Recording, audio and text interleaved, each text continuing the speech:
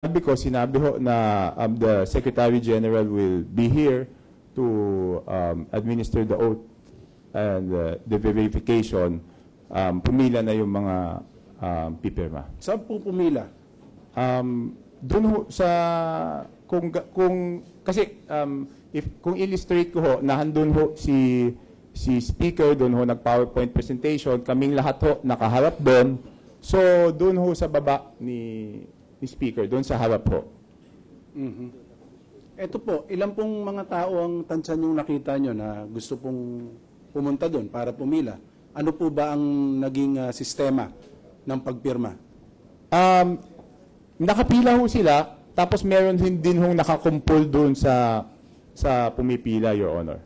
Ibig sabihin, sa bandang likod, there was a straight line. Pero right in the table, nakapaikot ho yung nakapaligid yung mga ibang mga congressman, Your Honor. Yung ba mga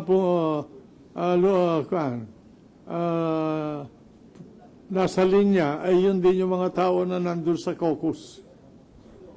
Opo, Your Honor. Pero hindi ho lahat pumila kaagad, Your Honor. Yung iba nagkwekwentuhan sa gilid, saka yung iba siguro dahil mahaba pa yung pila, pinapauna ho muna. Nakita mo po ba sila habang pumipirma? Kung ang tinatanong nyo is the act of signing, hindi ko ho makikita dahil nakapaligid ho yung mga tao doon sa mismong taong po. Kung ako pumipirma, may mga nasa kaliwa, may nasa kanan, may nasa likod, may sumisilip. So, kung sasabihin mong actual na nakita kong pumipirma, hindi ho. How far away were you from the place where they were signing? Siguro, kung kayo nakatayo dyan, nahandun ho sa likod ni Senator, sa may kay Senator Bong Revilla o sa likod ni Senator Bong Revilla at ni Senator Ralph Recto. Let the record show that the witness has demonstrated the distance of his position to the location where the signing took place, which in our estimate would be about 20 feet. More. 30 feet. Your Honor, yung nasa Andaya Hall kami, no? Nandun ho ako malapit sa pinto ng Andaya Hall at nahandun ho yung sila sa bandang harap. Nakita nyo pong pumipila. Gaano ko po ba katagal yung isang tao bago po umalis dun sa pila matapos siyang pumirma? How long did it take? Kung maalala ninyo.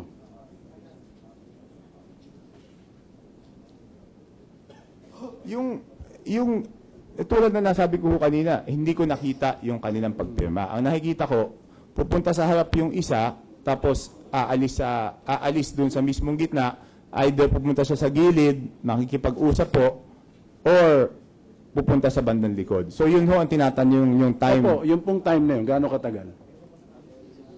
Yung isang tao, gaano po ba katagal? Isang minuto? Hindi ho. 20 to 30 seconds at the most. 20 seconds. Ngayon po, ito pong naging action po ng impeachment against Chief Justice Corona.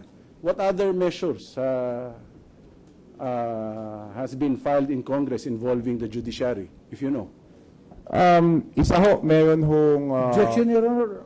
He's a member of Congress, Your Honor. He would know the measures involving the judiciary. Will you clarify your question? It's big, Your Honor. What other measures? Yes, Your Honor. Reform the question. Yes. Mr. Witness, this after the signing of the impeachment complaint against Chief Justice Corona, are there other measures involving the judiciary in Congress which you know? Leading, Your Honor, because he's No, I'm just presuming asking that there were other actions, Your Honor. I'm just asking, Your Honor, if he knows. Preliminary. Let him answer. Your Honor, December... Pwede mong tignan yung notes ko? Go ahead, Mr. Congressman.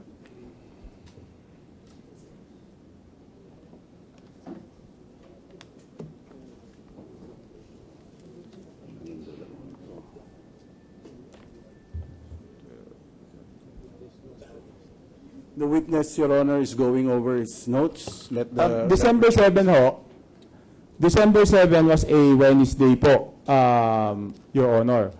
So, December 7, 2011, pinagbotohan ho sa Committee on Justice yung substance ng Del Castillo impeachment.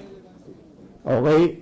Noong December 12 ho, 5 days after, 5 calendar days, but the next session day, ibig sabihin kasunod na session day, yun ho ang impeachment kay Justice Corona.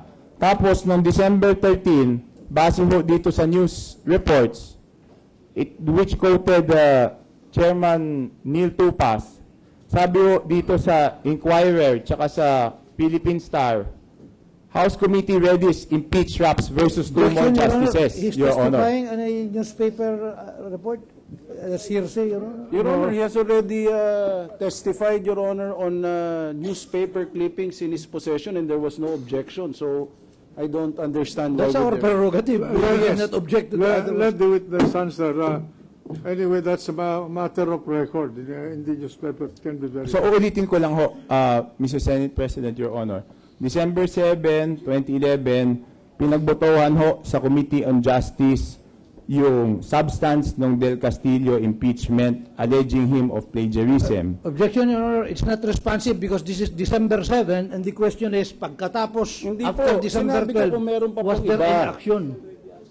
He is already answering, Your Honor. How can he even object? We're objecting, It is Your Honor, already because an answer propounded by the witness. the answer is not responsive. It will be stricken out. What was the question of? The question, Your Honor, was what other measures, and it has been allowed, Your Honor, involving the judiciary as a preliminary question. And the witness now is explaining the other measures involving the judiciary, which is the impeachment complaint against Justice Del Castillo. And then after the impeachment of C.J. Corona, Your Honor, there is a plan again to impeach 2 other justices. And his basis, Your Honor, now, he has shown to the court that there are Precisely. news reports, Your Honor, for the 2 other Wait a minute. justices. There is no indication of another action to impeach 2 other justices. Yes, Your Counsel, Honor. where did you get that information? The witness has testified, Your Honor, has already mentioned, and he is reading, Your Honor, from the reports which he bases his observation. No. My recollection of the answer of the witness is that prior to the impeachment of Justice Corona, the matter regarding the impeachment of Del Castillo, Justice Castillo was taken up. Yes, Your Honor. And thereafter, what happened, Mr. Congressman, after the decision to impeach Justice Corona?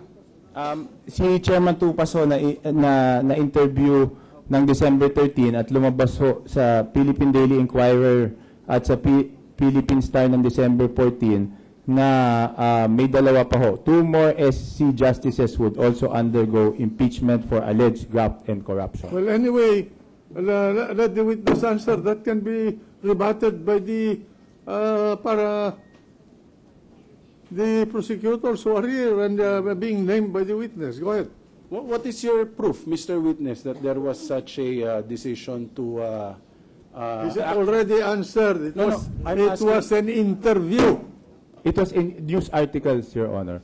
Referring you to the impeachment of Justice Del Castillo, what is your proof that there was such a move of Congress? The minutes of the December 11 meeting of the Committee on Justice, Your Honor.